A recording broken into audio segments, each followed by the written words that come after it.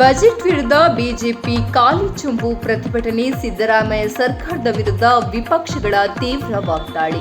BJP ನಾಯಕರ ಪ್ರತಿಭಟನೆ. ಕಾಲಿ ಚೊಂಬು ಹಿಡಿದು ಸರ್ಕಾರದ ವಿರುದ್ಧ ಆಕ್ರೋಶ. ರಾಜ್ಯ ಸರ್ಕಾರಕ್ಕೆ ಸಾಲದ ಸರ್ಕಾರ ಎಂಬ ಟೀಕೆ. ಅಭಿವೃದ್ಧಿ ಶೂನ್ಯ ಬಜೆಟ್ ಎಂಬ ಬಿಜೆಪಿ ಆರೋಪ. ಮುಖ್ಯಮಂತ್ರಿ ಸಿದ್ದರಾಮಯ್ಯ ಮಂಡಿಸಿದ ಬಜೆಟ್ಗೆ ವಿರೋಧವಾಗಿ ಬಿಜೆಪಿ ನಾಯಕರು ವಿಧಾನಸೌಧದ ಗ್ರ್ಯಾಂಡ್ ಸ್ಟೆಪ್ ಎದುರು ಕಾಲಿ ಚೊಂಬು ಹಿಡಿದು ಪ್ರತಿಭಟನೆ ನಡೆಸಿದ್ದಾರೆ.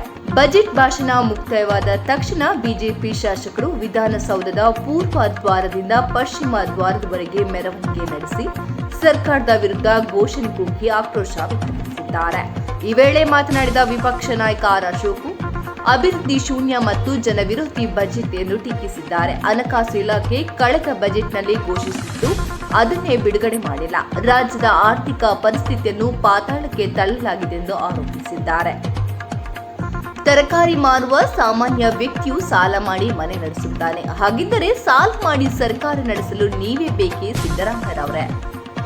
ನೀವು ಸಾಲದ ಸಿದ್ದರಾಮಯ್ಯ ಆಗಿದ್ದೀರೆಂದು ವಾಗ್ದಾಳಿ ನಡೆಸಿದ್ದಾರೆ. ಕಾಂಗ್ರೆಸ್ ಶಾಸಕರಿಗೂ ತೃಪ್ತಿ ತರದ ಬಜೆಟ್ ಇದಾಗಿದೆ ಎಂದು ತಿಳಿಸಿದ್ದಾರೆ. ನೀರಾವರಿ ಇಲಾಖೆಯಲ್ಲಿ ಡಿಕೆ ಶಿವಕುಮಾರ್ ಇದ್ದಾರೆಂದು ಕಡಿಮೆ ಅನುದಾನ ನೀಡಲಾಗಿದೆ. ಉತ್ತರ ಕರ್ನಾಟಕವನ್ನು ನಿರ್ಲಕ್ಷ್ಯ ಮಾಡಲಾಗಿದೆ ಎಂದು ಅವರು ಆರೋಪಿಸಿದ್ದಾರೆ. ಈ ಕಾರಣಕ್ಕೆ ನಾವು ಕಾಲಿ ಚೊಂಬು ಪ್ರತಿಭಟನೆ ನಡೆಸಿದ್ದೇವೆಂದು ಹೇಳಿದ್ದಾರೆ. ಇನ್ನೊಂದೆಡೆ ಬಿಜೆಪಿ ರಾಜ್ಯಾಧ್ಯಕ್ಷ ಬಿವೈ ವಿಜೇಂದ್ರ ಮಾತನಾಡಿ, ದಾಖಲೆ ಬಜೆಟ್ ಎಂದು ಹೇಳಿಕೊಳ್ಳುತ್ತಿರುವ ಮುಖ್ಯಮಂತ್ರಿ ಜನತೆಗೆ ದ್ರೋಹ ಮಾಡಿದ್ದಾರೆ. ಈ ಬಜೆಟ್ ಯಾರು ಸಾಹಿತಿಗಳು ಬರೆದುಕೊಟ್ಟಂತಿದೆ. ಕೇಳಲು ಮತ್ತು ಓದಲು ಮಾತ್ರ ಚೆನ್ನಾಗಿದೆ, ಆದರೆ ರಾಜ್ಯಕ್ಕೆ ಯಾವುದೇ ಪ್ರಯೋಜನವಿಲ್ಲ ಎಂದು ಟೀಕಿಸಿದ್ದಾರೆ.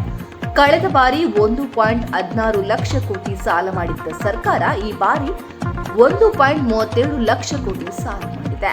ಒಟ್ಟು 4.39 ಲಕ್ಷ ಕೋಟಿ ಸಾಲ ಮಾಡಿರುವುದು ಇದೇ ದಾಖಲೆ ಎಂದು ಹೇಳಿದ್ದಾರೆ.